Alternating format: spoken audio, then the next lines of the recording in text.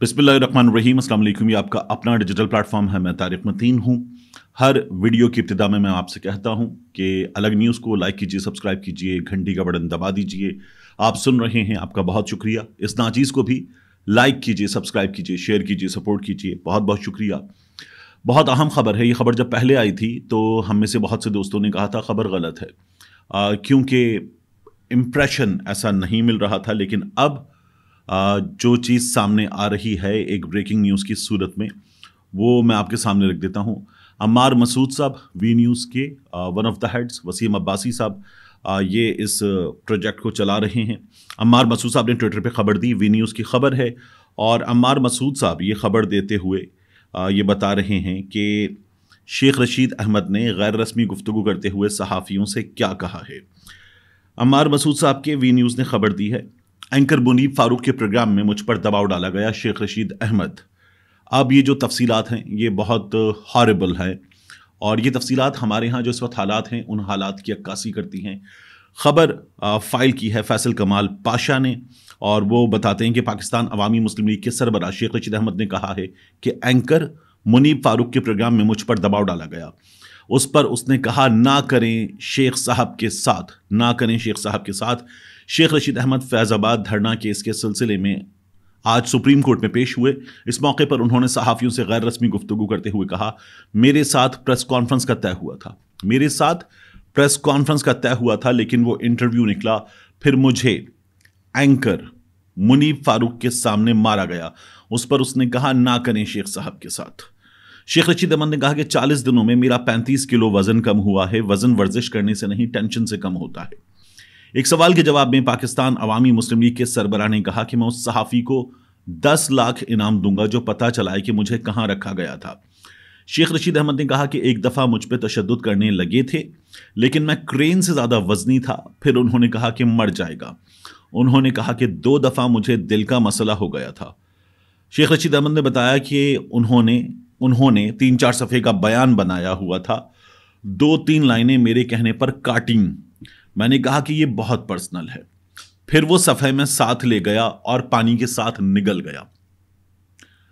उन्होंने 3-4 सफ़े का बयान बनाया हुआ था, 2 से 3 लाइनें मेरे कहने पर काटी। मैंने कहा कि ये बहुत पर्सनल है। फिर वो सफ़े में साथ ले गया और पानी के साथ निगल गया। शेख रशीद अहमद ने बताया कि मैंने सारी ज़िंदगी फ़ौज के साथ काम किया है, मुझे अंदाज़ा नहीं था कि मेरे साथ ऐसा होगा। मैंने सारी ज़िंदगी फ़ौज के साथ काम किया है, मुझे अंदाज़ा नहीं था कि मेरे साथ ऐसा होगा। बहरहाल उन्होंने तशद्दुद नहीं किया। 35 दिन बग़ैर सिगार के रहा। उन्हें लगा शायद ऐसा करने से ये टूट जाएगा। एक सवाल के जवाब में उनका कहना था कि उनका चिल्ला तो पूरा हो गया, मगर उसके असरात अभी तक हैं।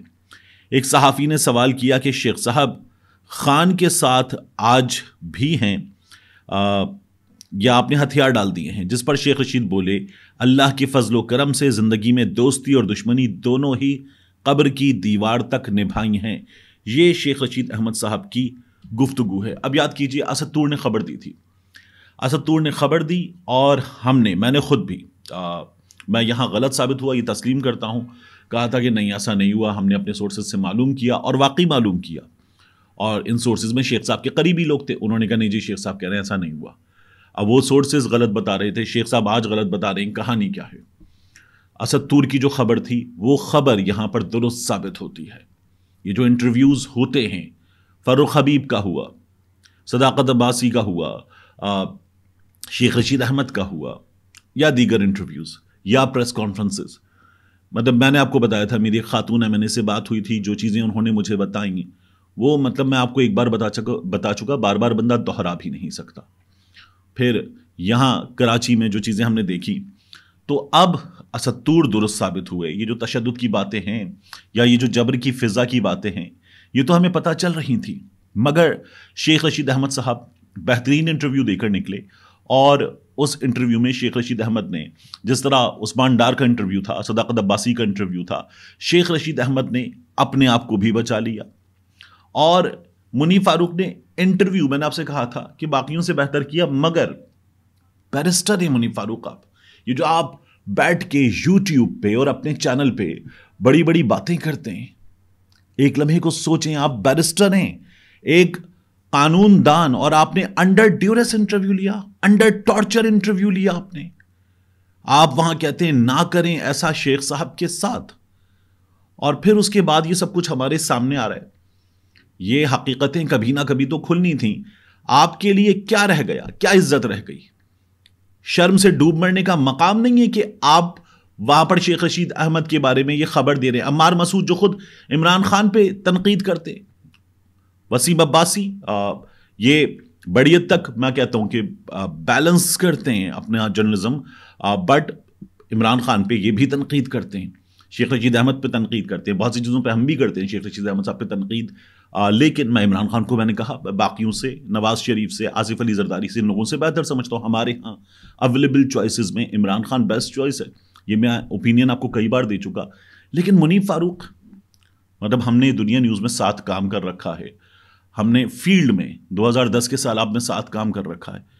یہ جو آپ نے کیا ہے ایک بیرسٹر ہوتے ہوئے، آپ نے ایک ایسے شخص کا جس کو آپ کے سامنے، وہ خود بتا رہا ہے، تھپڑ پڑے اور آپ کہتے ہیں نہ کریں ایسا شیخ صاحب کے ساتھ، اور آپ نے انٹرویو کر لیا، انٹرویو کر گئے، اور آپ اس کے بعد مجھے تو یہ لگتا ہے کہ شیخ رشید احمد پہ شاید دباؤ اتنا نہ ہو جتنا آپ پہ تھا. اور اگر آپ پہ دباؤ آپ کہتے ہیں نہیں تھا، جیسا کہ بہت سے صحافی کہتے ہیں نا، عادل شاہ زیب کہتا ہے، کامران شاہد کہتا ہے، اور اب منیب فاروق بھی کہتا ہے، تو پھر یہ جو شیخ رشید احمد کہہ رہے ہیں اس پر there is another apology due, there is another clarification due. اب آپ بتائیں نا کہ کیا کہتے ہیں. یہ تو شیخ رشید احمد نے بتا دیا، خبر سامنے آ گئی. مطلب ہمارے ہاں جس طرح سے اس وقت ہو رہا ہے، جب ہم خود چھوٹے چھوٹے سے تھے نا، تو ہم بہت پہلے 92 کے آپریشن میں ہم نے پہلی بار چیزیں سنی. پھر اس کے بعد پی ٹی وی پہ آتے تھے وہ انٹرویوز، جب ہم ذرا بڑے ہو گئے کہ جی میں نے راکٹ مارا، اجمیر نگری کے تھانے پہ مارا، یہاں مارا، ایسے کیا ویسے کیا، یہ تمام چیزیں آتی تھیں. اب ایک بار پھر شیخ رشید احمد بول پڑے ہیں. یہ صحافیوں سے غیر رسمی گفتگو میں ہوا ہے. ممکن ہے کہ شیخ رشید احمد صاحب اس حوالے سے آگے جا کر یہ بھی کہہ دیں کہ نہیں، یہ خبر غلط لگا دی گئی ہے، غلط سمجھا گیا اس خبر کو، میں نے ایسا بیان نہیں دیا، یہ بھی ہو جائے گا. لیکن جو خبر چھپ گئی، جو فیصل کمال پاشا نے چھاپ دیا، جو وی نیوز نے چھاپ دیا، یہ ڈیلیٹ بھی ہو جائے گا تو کیا رہ جائے گا. اب تو خبر آ چکی. اب اس وقت ہمارے ہاں اس فضا میں، جبر کی اس فضا میں جو کچھ ہو رہا ہے، اس کی حیثیت پہلے ہی کچھ نہیں تھی. کیا رہ جائے گی؟ یہ جو عدالتیں ہمارے ہاں کر رہی ہیں، ان کو اب آپ کس کھاتے میں ڈالیں گے؟ جو باقاعدہ طور پر شیر افضل مروت کو چیف جسٹس اسلام آباد ہائی کورٹ صاحب کہتے ہیں جتنے آپ کے لیڈر پہ مقدمے ہوئے ہیں اتنے آپ پر بھی ہوں گے. ہمارے ہاں عدالتیں کہتی ہیں اگر آپ پریس کانفرنس نہیں کریں گے تو وہ آپ کو نہیں چھوڑیں گے. ہمارے ہاں وہ عمران خان کے بارے میں ٹیلی ویژن پروگرام میں غریدہ فاروقی کے ساتھ بیٹھ کر بات کرنے والا محسن بیگ اب سیاست.pk کو انٹرویو دیتے ہوئے کیا بتا رہا ہے؟ وہ کہہ رہا ہے جب تک جی ایچ کیو قائم ہے عمران خان جیل میں ہے. تو جی ایچ کیو قائم رہے. جی ایچ کیو میں وہاں پر ہماری سرحدوں کے رکھوالے بیٹھے ہوئے ہیں، وہ جو جام شہادت نوش کرتے ہیں، وہ جو اندر بھی امن کے دشمنوں سے لڑتے ہیں، سرحد پر بھی جانے دیتے ہیں. اور جی ایچ کیو تو قائم رہے. مگر اگر آپ یہ کہہ رہے ہیں کہ جی ایچ کیو جب تک قائم ہے عمران خان جیل میں ہے، تو اس کا مطلب ہے آپ بتا کیا رہے ہیں؟ عمران خان کو سزائیں عدالتیں نہیں دے رہی محسن بیگ صاحب. تو پھر اس تمام چیز کا اب لوگوں کی نظر میں ویسے ہی کچھ مقام نہیں رہ گیا تھا. اب ان تمام چیزوں کی حیثیت کیا رہ جائے گی؟ اب ان حالات میں میاں نواز شریف کو وزیر اعظم بنوا تو دیا جائے گا، منوایا کیسے جائے گا؟ ان حالات میں اگر اس طرح کا وزیر اعظم لا کر بٹھا دیا جائے، اور پھر وہ جو کہتے ہیں، سچ تو یہ ہے کہ کرسی پتلی بٹھا کے مسند پہ، اور کہا گیا یہی فیصلہ عوام کا ہے، تو پھر اس پتلی کو آپ بٹھا دیں. مگر کیا لوگ مانیں گے؟ اور جب لوگ نہیں مانیں گے تو کیا سیاسی استحکام آ جائے گا اس ملک میں؟ نہیں، ایسے تو سیاسی استحکام نہیں آ سکتا، بالکل بھی نہیں آ سکتا. تو یہ وہ سچویشن ہے جسے ہمیں سوچنے کی ضرورت ہے. اور ہم دیکھ کیا رہے ہیں؟ اس ملک میں سپریم کورٹ آف پاکستان سے گمشدہ افراد کے معاملے میں درخواست واپس بھیج دی جاتی ہے کہ یہ مفاد عامہ کا معاملہ نہیں ہے، गुमशुदा अफराद के मामले में दरखास्त सुप्रीम कोर्ट ऑफ पाकिस्तान से वापस भेज दी जाती है कि नहीं, यह मुफादे अम्मा का मामला नहीं है। तो कहां गया वो प्रैक्टिस, प्रोसीजर, रूल्स वाला फैसला जिसके बारे में तय हुआ कि एक चीफ जस्टिस, उसके नीचे 2 सीनियर तरीन जज साहिबान, 3 अफराद की कमेटी यह मिलकर फैसला करेगी कि मुकदमा सुनना कौन सा है, दरखास्त रद्द कौन सी करनी है, कौन सा बेंच सुनेगा मुकदमे को। उसके होते हुए भी रजिस्ट्रार सुप्रीम कोर्ट ने कहा ये लीजिए मुस्तरद। और किसकी दरखास्त मुस्तरद? पाकिस्तान के one of the best lawyers Aitzaz Ahsan, उनकी दरखास्त जो है वो वापस भेज दी गई कि ये मुफादे अम्मा का मामला नहीं है। और ये जो तय हुआ था तो वो रजिस्ट्रार ऑफिस ने कैसे वापस भेज दी? ये तो फिर काजी फाइज ईसा साहब को, उनके नीचे जस्टिस सरदार तारिक मसूद साहब को, उनके साथ मिस्टर जस्टिस एजाजुल अहसन साहब को, यह फैसला उनको करना था। लेकिन यह फैसला अगर इस तरह से हो गया और फिर यह फैसला अब तक काजी फाइज ईसा साहब ने कोई नोटिस लेके बदला नहीं, तो कैसे चलेगा? Chief justice Islamabad high court के सामने नैब कहता है कि जी सॉरी, गलती हो गई, हमने इमरान खान की गिरफ्तारी डाल दी, माफी दे दें। और चीफ जस्टिस साहब नैब पे बरहम होते हैं और उसके बाद भी वो गिरफ्तारी का कदम करार नहीं पाती जो नैब ने डाल दी है। तो फिर कैसे चलेगा? जिसको चीफ जस्टिस खुद गलत कहते हैं उसको बरकरार भी रखते हैं। हमारे यहां इस वक्त इस तरह का इंसाफ हो रहा है और किया जा रहा है, मुसलसल किया जा रहा है।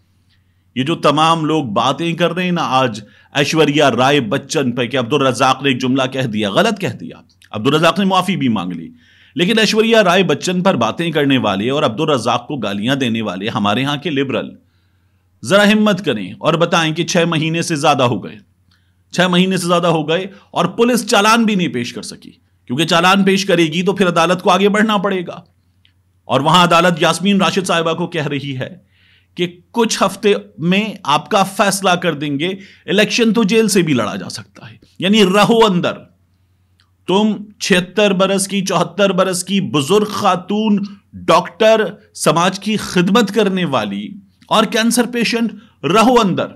और वो पुतली 74 बरस का जो अभी बलोचिस्तान में है, फिर सिंध में भी आएगा, जो घंटे भर की तकरीर करता है, यहां कबूतर बिठाता है, वो पुतली जिसके बारे में निगरां हुकूमत पंजाब कहती है बीमार है, ये सजा काट नहीं सकता, इसकी सजा हम मुअत्तल करते हैं इसके वकीलों की दरखास्त पर। वो पुतली जेल नहीं काट सकता, पूरा मुल्क फिर सकता है, उसके लिए वो सेहतमंद है, सियासत कर सकता है, उसके लिए सेहतमंद है, और उसका दिमाग इतना सेहतमंद है कि कल तक जिनके बारे में वो कहता था बाप को बाप बना के बाप का फैसला मान लिया, आज उसे बाप मिल गया है, आज उसे बाप मिल गया है। और अब वो बाप को गले लगाने के बाद एमक्यूएम को गले लगाएगा, बल्कि लगा चुका, जिसके बारे में वो कहता था कि इन्होंने हर बार शहर कायद में, सिंध में बदअमनी की है, जिसके बानी कायद के खिलाफ भी, उसकी जमात के खिलाफ भी और इन्हीं लोगों के खिलाफ भी ऑपरेशन ब्लू फॉक्स किया गया था, उसी की हुकूमत में किया गया था। और ये हमारे यहां अभी चलेगा। शहर कायद वालों ने इस शहर के लोगों के लिए शहदा कब्रिस्तान यासीनाबाद में बना दिया, मगर उसके बाद अपने लिए असासे बना लिए, अपने लिए जगह बना ली, अपने लिए पार्टी बना ली, बानी को निकाल दिया, और अब वो ऐवान में बैठेंगे मजे के साथ, उस पुतली के साथ जिसके लिए सब कुछ सेट है। वो बाप पार्टी वाले जो कल इधर थे, अब इधर हैं, फिर इधर हैं, कुछ नहीं पता, अपनी मर्जी का किसी का फैसला नहीं। वो लोग जो नवाज शरीफ को बुरा कहते थे, और वो नवाज शरीफ जो उनको गद्दार कहता था, चाबी वाले खिलौने हैं, चाबी वाले खिलौने, वो अब ये सब कुछ कर रहा है, तो हैसियत क्या रह गई है? मिलते हैं इंशाअल्लाह आपसे अगली वीडियो में।